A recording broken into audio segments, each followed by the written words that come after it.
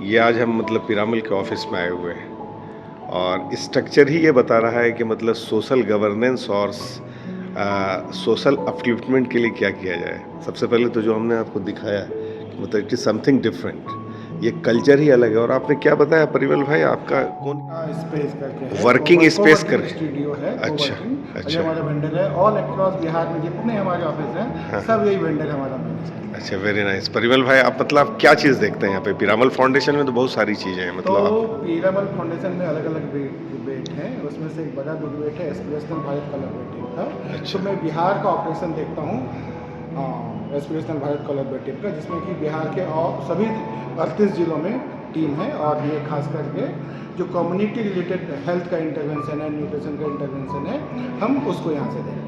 एक चीज़ तो हम लोग भी देखते हैं, और हम लोग तो खैर प्रैक्टिसिंग हैं इस हेल्थ सेक्टर में। बिहार में बहार है, जो ये प्रोवर्ब बड़ा मतलब क्वाइन किया गया, मतलब व्हाट डू यू फील, मतलब जो चेंजेस आप देख रहे हैं, इसलिए कि आपका भी हेल्थ के सेक्टर में बहुत लंबा सफ़र रहा उसे तो समझिफाई। बिहार में बहुत सारी चीज़ों में बदलाव आए हैं। एक दशक में देखेंगे तो बिहार के जो बेसिक स्वास्थ्य सुविधाएं हैं ग्रामीण स्तर पे, तो उस पर सुधार हुआ है। और उसका परिणाम ये है कि जो शिशु मृत्यु दर है, मातृ मृत्यु दर है, उसमें आशातीत बहुत सारे सुधार हुआ है।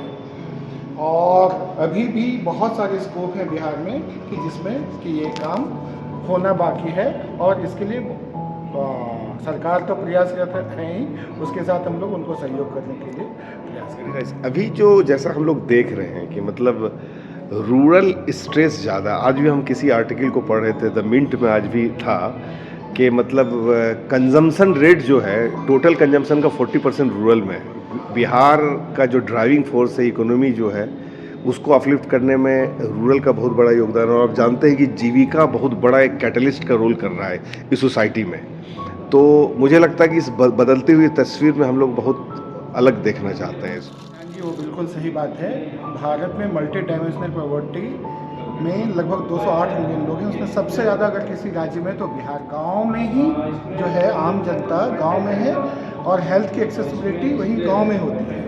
अगर गांव में अगर हमें स्वास्थ्य सुविधाओं पे ध्यान देना है, वो आगे बढ़ेगा। और वो उसके मल्टीपल, उसकी जो अर्निंग कैपेसिटी है, अगर वो हेल्थ में इन्वेस्ट करेगा या हेल्थ का इंडिकेटर बेहतर होगा, तो उसकी जो एम्पावरिंग है ना, वो बढ़ेगा। बड़ी बात आपने बताई, और बड़े जीडीपी में योगदान देगा, देश विकास करेगा। एक बहुत बड़ी बात है आपने जो बड़ा जिसको बोलते हैं ना, बड़ा बेहतर राग छेड़ा है प्रॉपर्टी।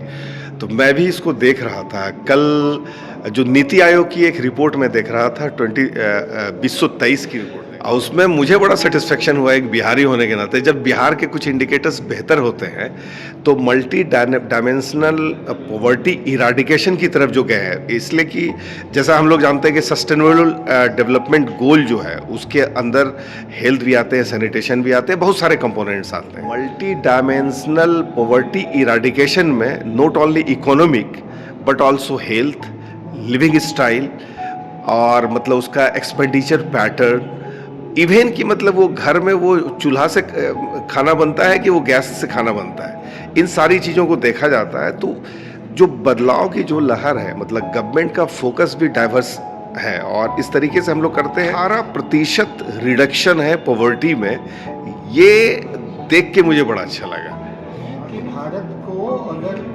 विकासशील से विकसित देश बनना है, 2047 का जो एजेंडा है विकसित भारत का, अगर उसको बढ़ाना है तो हमें मल्टी डायमेंशनल पॉवर्टी पे काम करना होगा। इसके 3 अगर बड़े कैटेगरी में हम बात करें तो एक पोषण का है, और दूसरा जो बड़ा है वो शिक्षा का क्षेत्र है, और तीसरा जो आप कह रहे थे कि जीवन शैली कैसी है, जीवन यापन कैसे होता है लोगों का।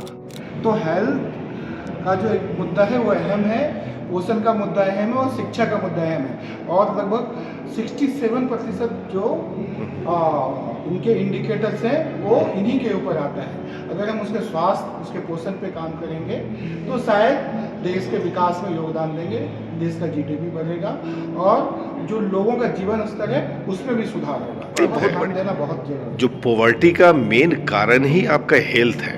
और हमने देखा भी है कि मतलब कि जो मतलब पॉवर्टी लाइन से नीचे जाने में, ये भी एक डेटा है कि लगभग जो पॉवर्टी लाइन से नीचे जाने का बेस लाइन जो हेल्थ है, 30% लोग, 100 में 30 जो गरीब हैं, वो गरीब इसलिए हुए हैं कि उस स्वास्थ्य में उसके एक्सपेंडिचर ज़्यादा हुए हैं। तो उस पे हम लोग काम कर रहे हैं, मुझे लगता है, मुझे उम्मीद है कि हम लोग बेहतर काम अगर करें। मैं आपको एक उदाहरण के तौर पे समझाऊं, बच्ची एनीमिया की शिकार है, तो हो सकता है कि वो जब माँ बने एनीमिया का शिकार हो, उसके बच्चे हो तो वो कुपोषित होगा और इंटरजनरेशनल कुपोषित जाता है। अगर एक कुपोषित बच्चा है तो बीमार पड़ने की संभावना अधिक होगी।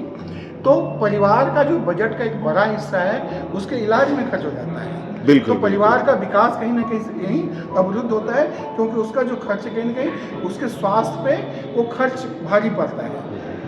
तो उससे कहीं ना कहीं कर्ज लेते हैं, कर्ज के तले दबते हैं पैसा, क्योंकि बच्चा बहुत अहम है, उसका स्वास्थ्य बहुत अहम है किसी भी परिवार के लिए।